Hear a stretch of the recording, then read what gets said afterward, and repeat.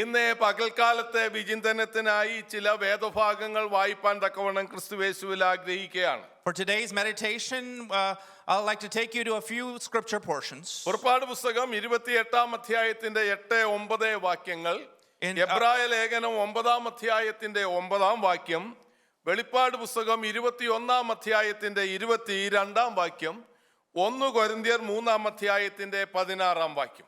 From our different texts in Exodus, Hebrews, Revelation, and 1 Corinthians. ഈ വേദഭാഗങ്ങളെ ആസ്പദമാക്കിക്കൊണ്ട് the sanctuary of God, ദൈവത്തിന്റെ വിശുദ്ധ മന്ദിരം എന്ന വിഷയത്തെ ആസ്പദമാക്കി സംസാരിപ്പാനാണ് ക്രിസ്തുയേശുവിൽ ആഗ്രഹിക്കുന്നത്. Today's message will be titled The Sanctuary of God, based on these portions. പുറപ്പാട് പുസ്തകം 25-ാം അധ്യായത്തിന്റെ 8-ാം വാക്യത്തിൽ, ഞാൻ നിങ്ങളുടെ മധ്യത്തിൽ വസിക്കേണ്ടതിന് നിങ്ങൾ എനിക്കൊരു വിശുദ്ധ മന്ദിരം ഉണ്ടാക്കണം. In Exodus 25 verse 8 we see, let them make me a sanctuary that I might dwell in their midst. എബ്രായ ലേഖനം 9-ാം അധ്യായത്തിന്റെ 9-ാം വാക്യത്തിൽ എബ്രായ ലേഖനകർത്താവ് പറയുകയാണ്, ആ കൂടാരമുണ്ടല്ലോ, ഇസ്രായേൽ മക്കളോട് അവരുടെ മധ്യത്തിൽ യഹോവയായ ദൈവം വസിക്കണമെന്ന് പറഞ്ഞതായ ആ സമാഗമന കൂടാരം, ആ സാങ്ച്വറി ഉണ്ടല്ലോ, അത് ഈ കാലത്തേക്ക്, ഈ കാലയളവിലേക്ക് ഒരു സാദൃശ്യമാണ്. The writer of Hebrews in Hebrews 9:9 reminds us that the tabernacle that was told to the Israelites are symbolic for the present age, and it is applicable to the New Testament believer as well. പഴയ നിയമ പുതിയ നിയമ അപ്പോസ്തലന്മാരും പ്രവാചകന്മാർക്കും ആന്തരികമായി അറിവുള്ള ഒരു സംഗതി ഉണ്ടായിരുന്നു. The Old and New Testament saints knew one thing truly. ആ ആലയം അഥവാ മന്ദിരം, സാങ്ച്വറി, ഹോളി സാങ്ച്വറി എന്ന് പറയുന്നത് ഒരു സ്ഥലമല്ല, ഒരു കെട്ടിടമല്ല, പ്രത്യുത ഒരു വ്യക്തിയാണ് എന്നുള്ളത്. The sanctuary that is mentioned, the tabernacle, is not a place but it is a person. അതാണ് വെളിപ്പാട് പുസ്തകം 21-ാം അധ്യായത്തിന്റെ 22-ാം വാക്യത്തിൽ നമുക്ക് കാണുവാൻ സാധിക്കുന്നത്. In Revelation 21 verse 22 we can see that truly. പുതിയ യെരൂശലേം പുതുവാന ഭൂമിയിലേക്ക് ഇറങ്ങി വന്നപ്പോൾ, when the New Jerusalem came down into the earth, വെളിപ്പാടുകാരനായ യോഹന്നാൻ കാണുകയാണ്, John is seeing prophetically, അവിടെ ആ മന്ദിരം, ദേവാലയം കണ്ടില്ല, അതിനു പകരം പിതാവായ ദൈവവും പുത്രനായ ദൈവവും മന്ദിരമായിരിക്കും. He says, I saw no temple in that city, for the temple is the Lord God Almighty and the Lamb. ഇനിയും ഞാൻ ഈ കാര്യങ്ങളെ പറ്റി ഇന്ന് ഒരു ഭാഗം മാത്രമേ സംസാരിക്കുകയുള്ളൂ. അടുത്ത ആഴ്ച ഞാൻ ഈ വെളിപ്പാട് പുസ്തകം 21-ാം അധ്യായത്തിന്റെ 22-ാം വാക്യത്തിന് അനുബന്ധിച്ച് മറ്റു പല വാക്യങ്ങളിലും പഴയ പുതിയ നിയമത്തിൽ യഹോവയായ ദൈവം മന്ദിരമാണെന്ന് തെളിയിക്കുന്ന വാക്യങ്ങളുണ്ട്. അത് അടുത്ത ആഴ്ചയിലായിരിക്കും നാം കൂടുതലായി ചിന്തിക്കുന്നത്. 1 കൊരിന്ത്യർ 3-ാം അധ്യായത്തിന്റെ 16-ാം വാക്യത്തിൽ നാം ജീവനുള്ള ദൈവത്തിന്റെ ആലയമല്ലോ എന്ന് പറയുന്നത് കാണുവാൻ സാധിക്കുന്നു. In 1 Corinthians chapter 3 verse 16 we are told that we, the church, is the sanctuary. നാം എങ്ങനെയാണ് ജീവനുള്ള ദൈവത്തിന്റെ ആലയമായി തീർന്നത്? How did we become the living sanctuary of the Lord? കർത്താവ് അനുവദിക്കുന്നുവെങ്കിൽ അടുത്ത ആഴ്ച ആ കാര്യങ്ങളെ പറ്റിയുള്ള വിശകലന പഠനമായിരിക്കും നാം ചെയ്യുന്നത്. Some portions of this will be explained next week. എന്നാൽ ഒറ്റ വാചകത്തിൽ പറഞ്ഞുകൊണ്ട് ഞാൻ മുമ്പോട്ട് പോകുകയാണ്. But in one sentence let me say, നാം ജീവനുള്ള ദൈവത്തിന്റെ ആലയമായിരിക്കുന്നത് സ്വർഗ്ഗസ്ഥനായ ദൈവം നമ്മളിൽ വസിക്കുന്നത് കൊണ്ടാണ്. The reason we are God's temple is because God the Almighty dwells within us. ആ ആലയമാകുന്ന ദൈവം യഹോവ എന്നിൽ വസിക്കുമ്പോൾ ഞാൻ ആലയമായി മാറുകയാണ്. The Lord Almighty, when He dwells in us, we become the sanctuary of the Lord. ജീവനുള്ള കർത്താവിനെ ഹൃദയത്തിൽ കൈക്കൊണ്ട് കർത്താവിന്റെ ആലയമായിരിക്കുന്ന ദൈവമക്കളായി ഇവിടെ ഇരിക്കുന്നത്. Every person sitting here who has accepted the Lord as their personal Savior are living temples of the Lord. മറന്നു പോകരുത്, നാം ജീവനുള്ള ദൈവത്തിന്റെ ആലയമാണ്. Don't forget that we are the temple of the living God. Sanctuary മന്ദിരം എന്നുള്ളതിന്റെ പൂർവ എബ്രായ ഭാഷ മിക്ഡാഷ് എന്നുള്ളതാണ്. If you go to the Hebrew language and to the root word, it is mikdash. മിക്ഡാഷ് എന്നുള്ളതായ എബ്രായ വാക്കിന്റെ റൂട്ട് കഡേഷ് എന്നാണ്. If you look at the root of that, it is Kadesh. കഡേഷിൽ നിന്നുമാണ് മിക്ഡാഷ് വന്നത്. From Kadesh came Mikdash. 5 കൂടുതലുണ്ട്. ഒരു 8-10 പോയിന്റ്സുകൾ ഇതിനെപ്പറ്റി പറയാനുണ്ട്. എന്നാൽ പ്രധാനമായി 5 കാര്യങ്ങൾ ഞാൻ എടുത്തു പറഞ്ഞിട്ട് മുമ്പോട്ട് പോകുകയാണ്. Let me tell you a few things about this Kadesh and then go forward. കഡേഷ് എന്ന വാക്കിന്റെ അർത്ഥം set apart as a sacred, to be set apart as a sacred, അതായത് ദൈവത്തിനു വേണ്ടി വേർതിരിക്കപ്പെട്ടത് എന്നാണ് അർത്ഥം. Kadash means to be set apart for the Lord as sacred. നമുക്കറിയാം യിശയ്യാ പ്രവചനം 52-ാം അധ്യായത്തിന്റെ 11-ാം വാക്യത്തിൽ വരുവാനുള്ള ഭാവിയിൽ ഇസ്രായേൽ മക്കള് ലോകത്തിന്റെ വിവിധ ഭാഗങ്ങളിൽ വിശേഷാൽ ബാബേലിൽ നിന്നും വിട്ട് സ്വന്തം ദേശത്തേക്ക് വരേണ്ടതിനെ പറ്റി പറയുകയാണ്. വിട്ടുപോരുവീൻ, വിട്ടുപോരുവീൻ, അവരുടെ ഇടയിൽ നിന്ന് വിട്ടുപോരുവീൻ, അശുദ്ധമായതൊന്നും തുടരുത്, യഹോവയുടെ ഉപകരണങ്ങളെ ചുമക്കുന്നവരെ നിങ്ങളെ തന്നെ വിശുദ്ധീകരിപ്പീൻ. Set apart. Isaiah 52:11, it warns us, depart, depart, go out from there, touch no unclean thing, go out from the midst of her, purify yourselves, you who bear the vessels of the Lord. അതേ message തന്നെയാണ് പുതിയ നിയമത്തിൽ അപ്പോസ്തലന്മാർ പെന്തക്കോസ്ത് നാളിൽ പ്രവർത്തികളുടെ പുസ്തകം 2-ാം അധ്യായത്തിന്റെ 40-ാം വാക്യത്തിൽ പറയുന്നത്. ഈ വക്രതയുള്ള തലമുറയിൽ നിന്ന് in Acts, the apostles are also telling us in Acts 2:40 to save yourselves from this crooked generation. Sanctuary ദൈവത്തിന്റെ മന്ദിരം എന്ന് പറയുന്നത് വേർപെട്ട അശുദ്ധിയിൽ നിന്ന് വേർപെട്ട ഇങ്ങനെയുള്ള പ്രത്യേകമായ ആരാധനയ്ക്ക് വേണ്ടി ദൈവം വസിക്കുന്ന സ്ഥലം എന്നുള്ളതാണ്. A sanctuary is a place that's consecrated, set apart, as sacred to the Lord. നാം ആലയത്തിൽ കടന്നു വരുമ്പോൾ When you come to his presence, ഈ ഹോളി പ്ലേസിനെ പറ്റി നമ്മെ പറ്റി 2 കാര്യങ്ങൾ നാം ഒരു കാര്യം ഓർക്കണം. നാം സെറ്റ് അപ്പാർട്ട്, ആരാധനയ്ക്ക് വേണ്ടി ദൈവം വസിക്കേണ്ടതിന് വേണ്ടി വേർതിരിച്ച് വിളിക്കപ്പെട്ടതാണെന്ന് we are ഓർത്തിരിക്കുക. set apart and called to be holy to worship the Lord. ഇവിടെ ആലയത്തിലേക്ക് കടന്നു വരുമ്പോൾ ദൈവത്തിന്റെ ആലയമാകുന്ന മന്ദിരമാകുന്ന നാം ഇങ്ങോട്ട് കടന്നു വന്നിട്ട് ദൈവം വസിക്കുന്ന ഈ സാങ്ച്വറിയിൽ ഭയത്തോടും വിറയലോടും ഭക്തിയോടും സ്തുതി സ്തോത്രങ്ങളോടും കൂടെ ദൈവസന്നിധിയിലായിരിക്കണം. എന്തെന്നാൽ ഈ സ്ഥലം set apart ആയ സ്ഥലമാണ്. When we come into worship the Lord, we need to remember that this place is set apart as well, and that we need to come in reverence with the glory and the honor due unto his name. ഈ കഡേഷ് എന്ന വാക്കിനെ പറ്റി ഒത്തിരി പറയാനുണ്ട്. കഡേഷ് എന്ന വാക്ക് ആദ്യം നമുക്ക് കാണുവാനായിട്ട് സാധിക്കുന്നത് ഉൽപ്പത്തി പുസ്തകം 14-ാം അധ്യായത്തിന്റെ 7-ാം വാക്യത്തിലാണ്. In Exodus 14:7, in Genesis 14:7, you can see the word Kadesh for the first time. അവിടെ കഡേഷിന് വേറൊരു പേരുണ്ട്. അത് ഞാൻ ഒക്കുമെങ്കിൽ അടുത്ത ആഴ്ച പറയാം. അതുകൊണ്ട് ഞാൻ സ്കിപ്പ് ചെയ്ത് മുമ്പോട്ട് പോകുകയാണ്.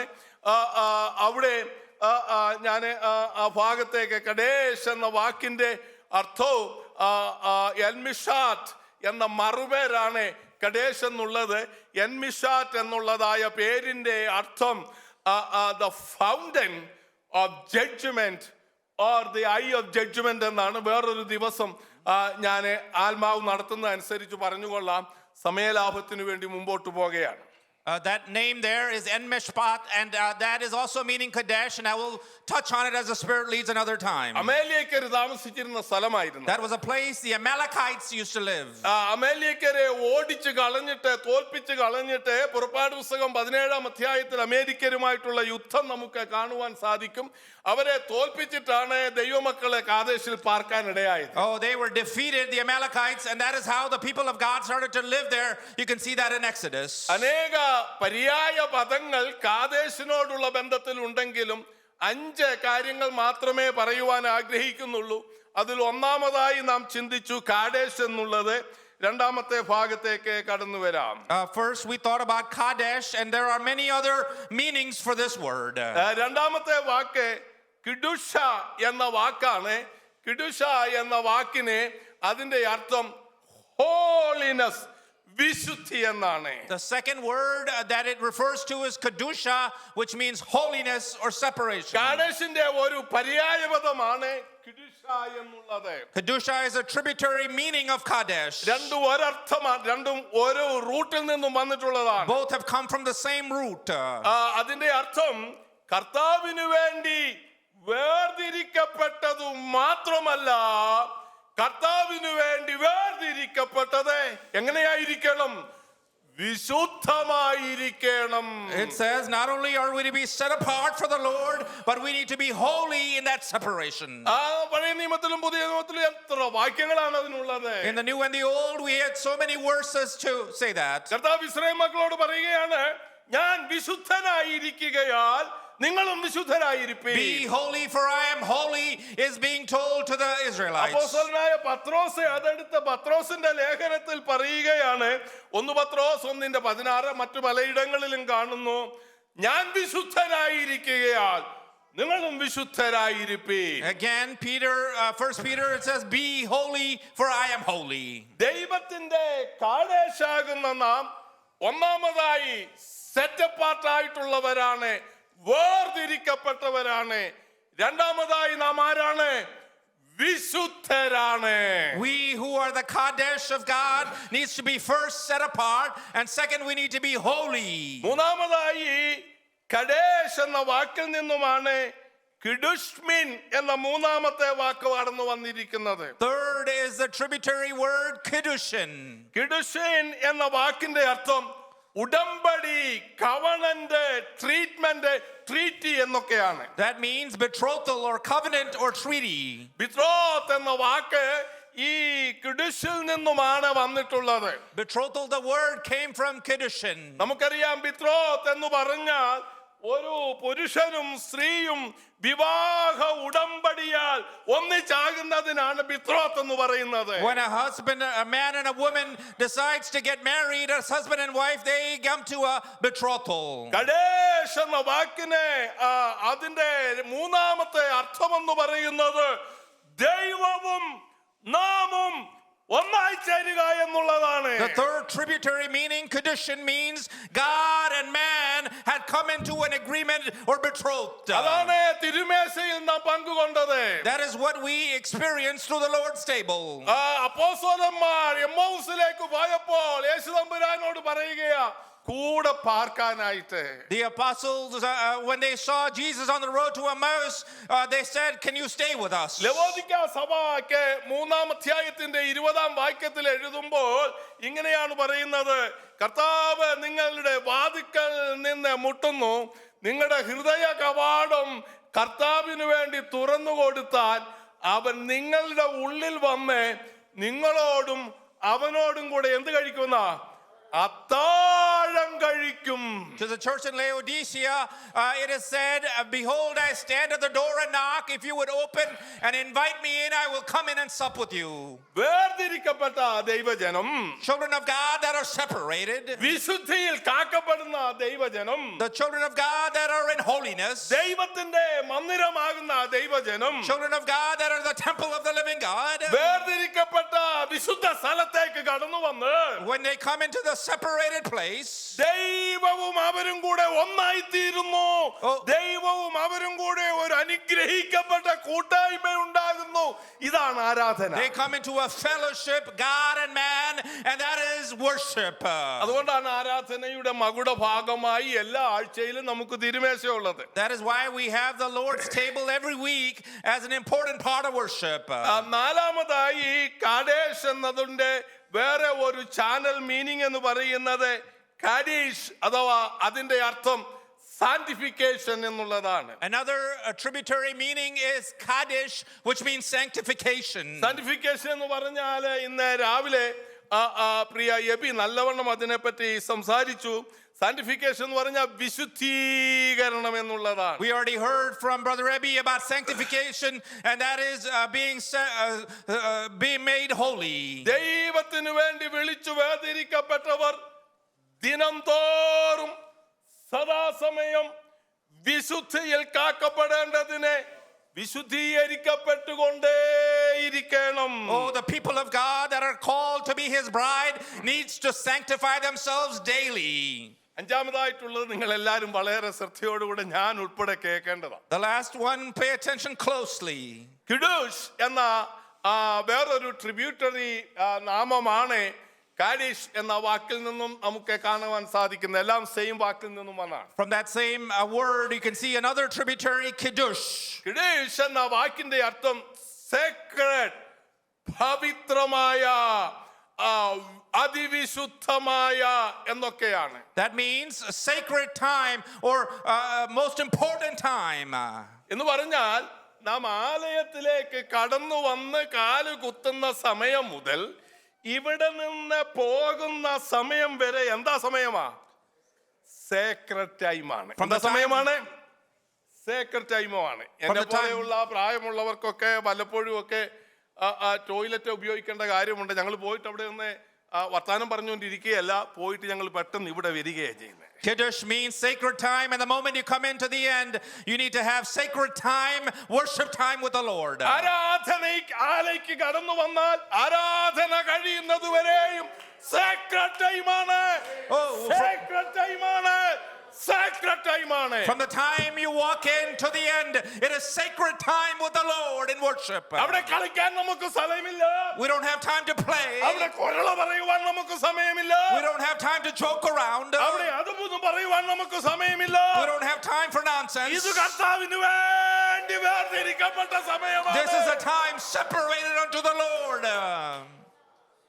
Hallelujah.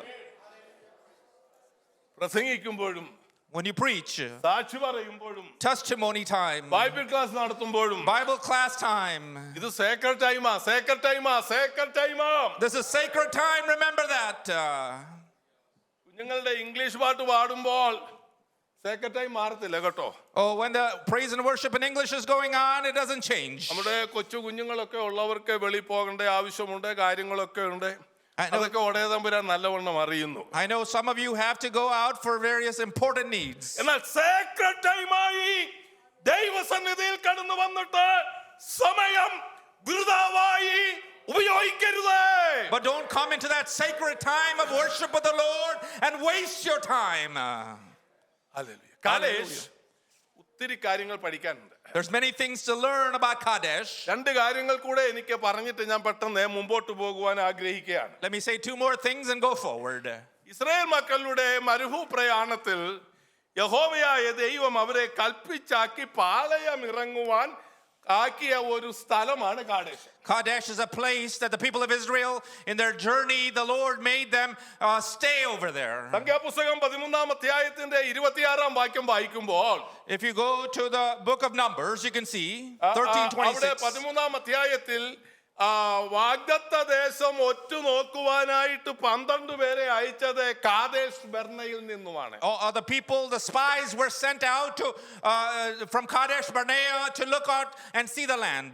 ബർണ എന്ന വാക്കിന്റെ അർത്ഥം വിൽഡർനെസ്, ഡെസേർട്ട് എന്ന് മാത്രമേ ഉള്ളൂ. The Barnea just means wilderness or desert. Kadesh Barnea എന്ന് പറയുന്നത് ദൈവത്തിനു വേണ്ടി വിളിച്ചു വേർതിരിക്കപ്പെട്ട സെപ്പറേറ്റ് ആയി ചെയ്തതായ മരുഭൂമി എന്നാണ്. It is the wilderness separated out for the people of God. എന്തുകൊണ്ടാണ് ഈ മരുഭൂമി വിശുദ്ധമായത്? Why did this wilderness become holy? അവിടെ ആരാധന നടക്കുന്നത് കൊണ്ടാണ്. It is only because there is worship taking place there. കൂടുതലായി ഞാൻ അടുത്ത ആഴ്ച അതിനെപ്പറ്റി കൂടുതലായി പറയാം. I will go into it more next week.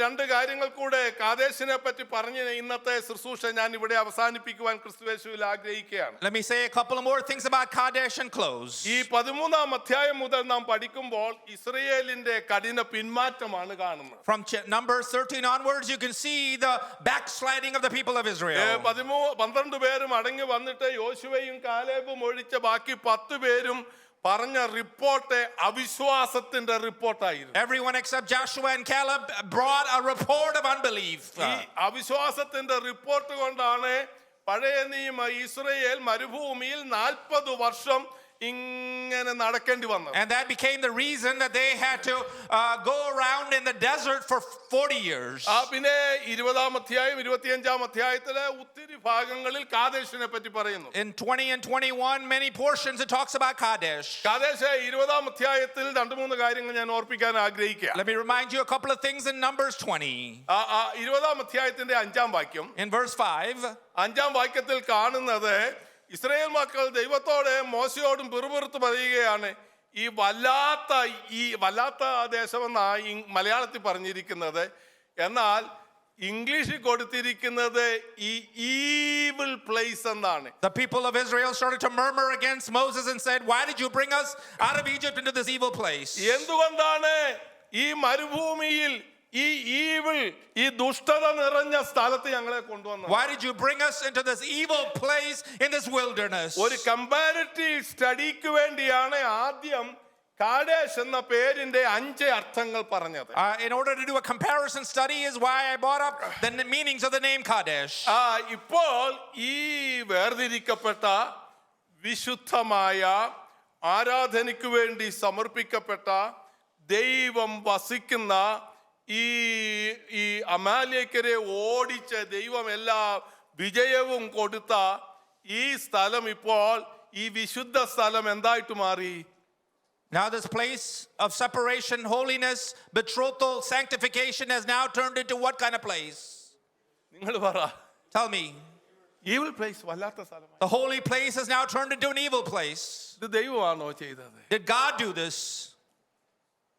അവിടെ താമസിച്ച ഇസ്രായേൽ മക്കൾ മുഖാന്തരം ഈ വിശുദ്ധ സ്ഥലം എന്തായിട്ട് മാറി? ദുഷ്ടസ്ഥലമായി. The Israelites living there made this from a holy place into an evil place. നാം ആലയത്തിലേക്ക് കടന്നു വന്നു. We have gone deep. ആരാധനയും ദൈവകൃപയും ഇങ്ങനെ ഉയർന്നുകൊണ്ടിരുന്നാൽ, as the worship and the praise are raised, നമ്മുടെ ഹൃദയം ദൈവസന്നിധിയിൽ ഇങ്ങനെ പകർന്നുകൊണ്ടിരുന്നാൽ, if our heart is poured out before the Lord, ഈ ആലയവും നാമും ഒരു വിശുദ്ധ സ്ഥലമായി വേർതിരിക്കപ്പെട്ടതായി കർത്താവിന് വേണ്ടി ആയിത്തീരും. our heart and this place becomes a separated place for the Lord. ഇവിടെ കളിയും ചിരിയും ഇവിടെ വഴക്കും വയ്യാവേലിയും ബഹളവും ഡിവിഷനും ഒക്കെ ആണെങ്കിൽ ഇതെന്തോ ആയിട്ട് മാറും. But instead, if there's coarse joking and playing and division, what does it become? പലരും പറയും, അയ്യോ ദൈവമേ എനിക്ക് ഇവിടെ വരാൻ ഒത്തല്ലോ. Many might say, why did I end up here? അറിയത്തില്ലേ, ഒന്ന് സ്വസ്ഥതയോടുകൂടെ ആരാധിക്കാൻ വന്നതാ. I came to worship in peace. ഇതൊരു വല്ലാത്ത സ്ഥലമാണല്ലോ. And now it has become an evil place. നമ്മുടെ ഉത്തരവാദിത്വം. That is our responsibility. ഈ ആരാധനയെ ഈ ആലയത്തെ വിശുദ്ധ സ്ഥലമായി, ദൈവത്തിന്റെ നാമം ഉയർത്തപ്പെടുന്ന സ്ഥലമായി, ദൈവത്തിന്റെ ആത്മാവ് വ്യാപരിക്കുന്ന സ്ഥലമായി, പ്രാർത്ഥനയുടെയും ദൈവകൃപയുടെയും സ്ഥലമായി മാറ്റേണ്ടത് നമ്മുടെ കടമയാണ്. It is our responsibility as children of God to keep this place separated, holy, and betrothed unto the Lord. ഒത്തിരി പാപങ്ങളെ പറ്റി പറയാനുണ്ടെങ്കിലും 20-ാം അധ്യായത്തിൽ 3 പ്രധാന കാര്യങ്ങൾ നമുക്ക് കാണാം. There are many sins, but in chapter 20 you see 3 main. 20-ാം അധ്യായം 1-ാം വാക്യം തുടങ്ങുന്നത് തന്നെ മിരിയാമിന്റെ മരണത്തെ പറ്റിയാ. In 20 verse 1 you'll start with Miriam's death. ഇതാ വല്ലാത്ത സ്ഥലമായാലുള്ള ദോഷം ഇതാ. This is what happens in an evil place. അതേ അധ്യായത്തിന്റെ തന്നെ 20-ാം അധ്യായത്തിന്റെ 27-ാം വാക്യം വായിക്കുമ്പോൾ ആദ്യത്തെ മഹാപുരോഹിതനായ അഹരോൻ മരിക്കുന്നത് കാണാൻ In സാധിക്കും. verse 27, you see that first high priest Aaron dying. രണ്ട് മരണം. 2 deaths. വിശുദ്ധ സ്ഥലം, It's a holy place. ദൈവം വസിക്കുന്ന സ്ഥലം, The Lord dwells in Kadesh. നിങ്ങളോടുകൂടെ ഇരിക്കുമെന്ന് വാക്ക് പറഞ്ഞ സ്ഥലം, There is a promise upon you that he will be with you. ദൈവത്തിന്റെ സാന്നിധ്യം കണ്ണാലെ കാണുന്ന സ്ഥലം You can see his presence with you. അശുദ്ധ സ്ഥലമായി മാറിക്കഴിഞ്ഞപ്പോൾ When it became an evil place instead, ദൈവത്തിന്റെ ന്യായവിധി വന്നു കയറി. the judgment started to take place in Kadesh. പിന്നെന്തോ ഉണ്ടായി? Then what happened? മോശയെ പോലെ ഒരു ഭക്തനെ ഞാൻ കണ്ടിട്ടില്ല, സൗമ്യനെ ഞാൻ കണ്ടിട്ടില്ല എന്ന് ദൈവം തന്നെ സാക്ഷി പറഞ്ഞു. The Lord himself testified of Moses, there is no one meeker or greater as a servant of God. മോശയോട് യഹോവയായ ദൈവം പറഞ്ഞു, ആ കാണിച്ച പാറയില്ലേ, ആ പാറയോട് പോയി കൽപ്പിക്കാൻ പറഞ്ഞു, വെള്ളം തരുമെന്ന്. The Lord spoke unto Moses and said, speak unto the rock and I will bring you water. എന്നാൽ മോശ പോയി എന്ത് ചെയ്തു? ഇവരുടെ എല്ലാം ഈ വഴക്കും വയ്യാവേലി ഇതെല്ലാം കണ്ട് പാവവും അങ്ങ് ദേഷ്യപ്പെട്ടു. Moses, because of all of their backbiting and fighting, got mad. കൽപ്പിക്കാൻ പറഞ്ഞതിന് പകരം വടിയെടുത്ത് 2 അടിയടിച്ചു. We see Moses striking the rock twice. ആ പാറ ക്രിസ്തുവായിരുന്നു എന്നാണ് തിരുവചനം The പറയുന്നത്. word of God says that rock was Christ. ക്രിസ്തുവിന് ഒരിക്കൽ മാത്രമേ അടി കൊള്ളുവാൻ ഒക്കത്തുള്ളൂ. കാൽവരി ക്രൂശിൽ കർത്താവ് അത് കൊണ്ടു. ഇനിയും നാം അവന്റെ മുറിവുകളെ ഭിന്നപ്പെടുത്തരുത്. Oh, Christ has only been beaten once on the cross of Calvary. We don't need to beat him over and over. അങ്ങനെ മോശ കൽപ്പിക്കേണ്ടതിന് പകരം രണ്ടാമത് 1-2 പ്രാവശ്യം അടിച്ചു. അത് യേശു ക്രിസ്തുവിനെ 2-3 ക്രൂശിക്കുന്നതിന് തുല്യമായിട്ടാണ് കാണുന്നത്. അതുകൊണ്ട് ദൈവം കോപിച്ചു. മോശയ്ക്ക് വാഗ്ദത്ത ദേശത്ത് എല്ലാം സാധിച്ചില്ല. When Moses struck the rock twice, it was as if we are crucifying Christ over and over, and he was not able to enter the promised land. ഇങ്ങനെ പാപങ്ങളുടെ ഒരു പട്ടിക നമുക്ക് കാദേശിൽ കാണാൻ സാധിക്കും. So we can see a list of sins in Kadesh now. വിശുദ്ധ സ്ഥലത്തെ പാപം കൊണ്ട് നിറച്ചു. Oh, instead of a holy place, it is now a place filled with sin. നമുക്കറിയാം, ഇവിടെ ആയിരിക്കുന്ന ദൈവമക്കളെല്ലാം പ്രാർത്ഥനയോടുകൂടിയാ വരുന്നത്, കൂടെ കൂടെ ഉപവസിക്കുന്നവരാണ്. ഇങ്ങനെയുള്ളതായ ദൈവകൃപയുള്ള ദൈവമക്കളാണ് എൻ്റെ പ്രിയപ്പെട്ട സഹോദരി സഹോദരന്മാർ. നാം ആലയത്തിൽ പ്രാർത്ഥനയോടുകൂടെ ദൈവകൃപയോടുകൂടെ കടന്നു വന്ന് ആരെല്ലാം എന്തു പറഞ്ഞാലും അതിനൊന്നും മറുപടി പറയാതെ ആലയത്തിൽ പ്രാർത്ഥനയോടുകൂടെ ഇരുന്നാൽ അതും ഇതും പറയുന്നവർ തന്നെത്താൻ അങ്ങ് നിർത്തിക്കൊള്ളും. നമുക്ക് ദൈവകൃപയും അനുഭവിക്കാം. Oh, when people say this and that, if you just continue to worship the Lord in a sanctified manner, they will leave. മോശ പാറയെ അടിച്ചതിന്റെ കാര്യം കാദേശ് വന്നപ്പം വെള്ളം അങ്ങ് നിന്നു പോയതാ. Oh, when the rock is struck, the reason for that is because there's no water in the place. ദൈവവചനം പറയുന്നേ അവരെ ആ പാറയെ അനുഗമിച്ചെന്നാ. Oh, it says that the rock followed them. അടിക്കപ്പെട്ട ആ പാറയിൽ നിന്നും വെള്ളം ഇങ്ങനെ നദികളായി അവരെ ഫോളോ ചെയ്തുകൊണ്ടിരുന്നതാ.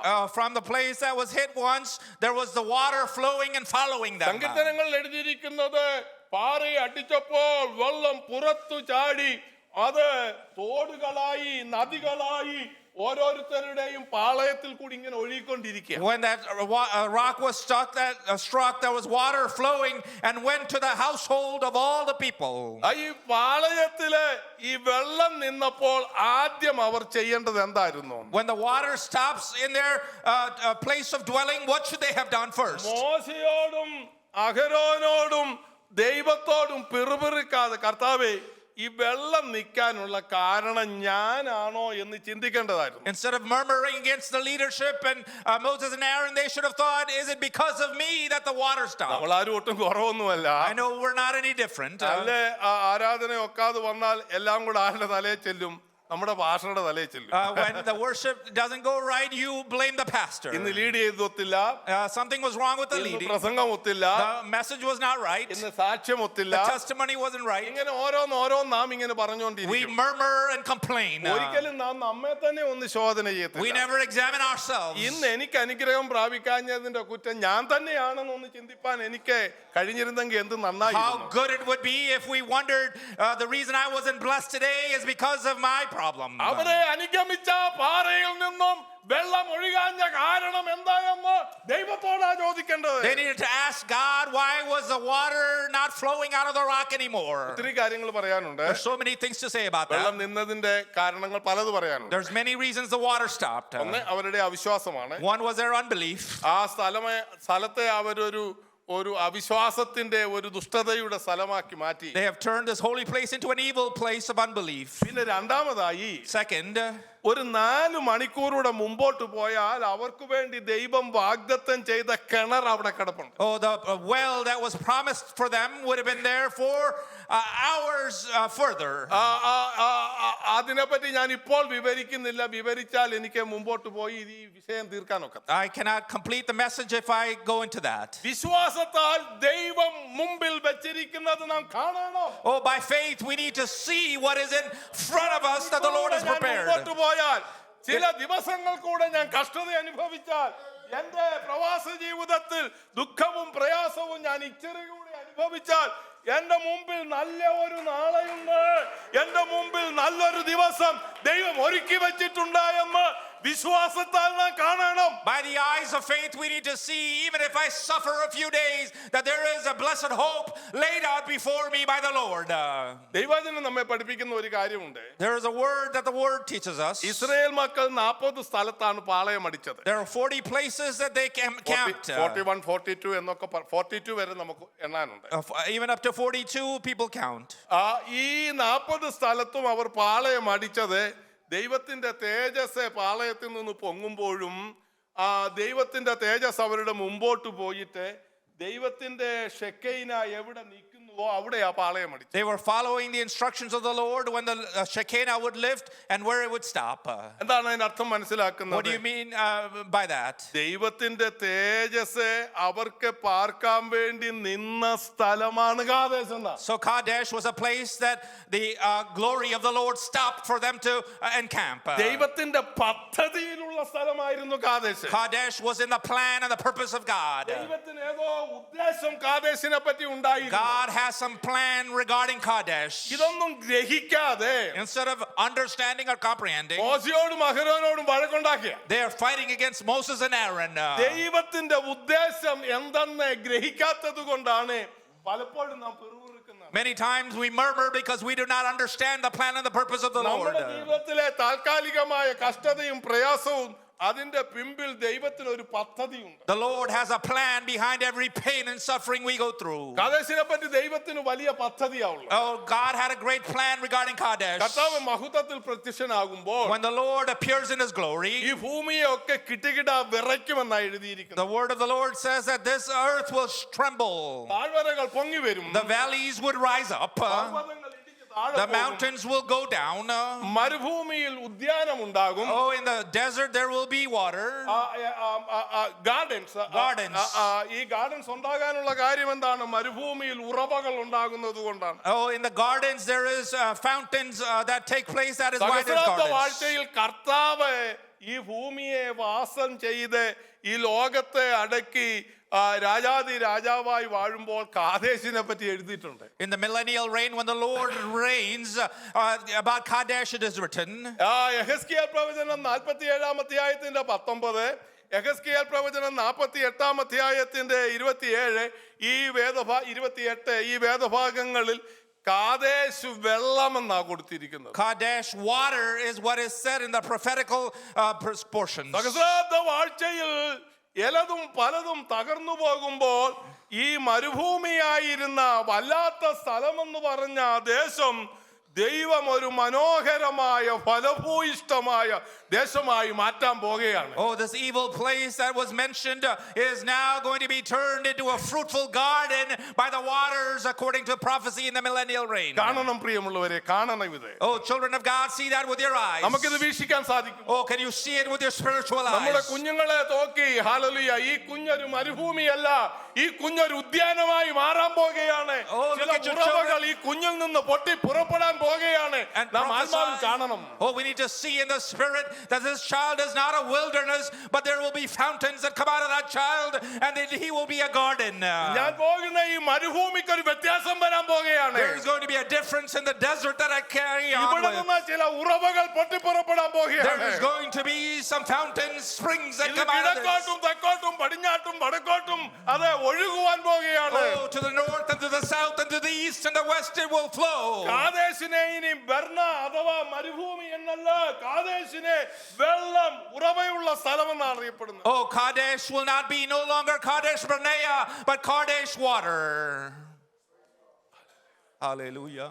ഇതാണ് ദൈവം നമ്മുടെ ആലയത്തിൽ നിന്നും ആഗ്രഹിക്കുന്നത്. This is what the Lord desires out of our place of worship. നാം കടന്നു വരുന്ന സന്ദർഭത്തിൽ When we come into the presence of the Lord, ദൈവത്തിന്റെ ജീവയുറവ ഇങ്ങനെ ഒഴുകിക്കൊണ്ട്, oh, the fountain of the Lord is flowing. ദൈവത്തിന്റെ ഉറവ ഓരോ അയലിൽ കൂടി Every aisle it is flowing through. നമ്മുടെ ഹൃദയത്തിന്റെ നിലവുകൾ പോലും ആരാഞ്ഞറിയുന്ന കർത്താവേ, ഈ ഉറവ ഒഴുകുന്നതിനാൽ ഹീലിംഗ്, ഡെലിവറൻസ്, സമൃദ്ധി, നന്മ നാമും നമ്മുടെ തലമുറകളും അനുഭവിച്ച് സമൃദ്ധിയോടെ ഭവനത്തിൽ മടങ്ങി പോകുവാനിടയായി. The Lord, knowing the hearts of the people, will be blessed by the fountains that go between the aisles and will bless us as we leave this place. നമുക്ക് ദൈവസന്നിധിയിൽ എഴുന്നേറ്റ് Can we നിൽക്കാം. stand to our feet? പ്രത്യാശയോടുകൂടെ കർത്താവിന്റെ കൺകളിലേക്ക് നോക്കാം. Oh, with hope, look unto the eyes of Jesus. ഈ നല്ല ദൈവത്തെ ആത്മാവിൽ ഒന്ന് ആരാധിച്ചിട്ടേ നമുക്ക് മടങ്ങി പോകുവാനൊക്കത്തുള്ളൂ. We should only leave this place after worshiping Him in truth and spirit. ദൈവമക്കളെ, ആരാധനയ്ക്ക് അത് ലീഡ് ചെയ്യുമ്പോൾ നാം എല്ലാവരും ആത്മാവിൽ കർത്താവിനെ ആരാധിച്ചു മഹത്വപ്പെടുത്താം. As we sing, let us sing to the Lord in the spirit.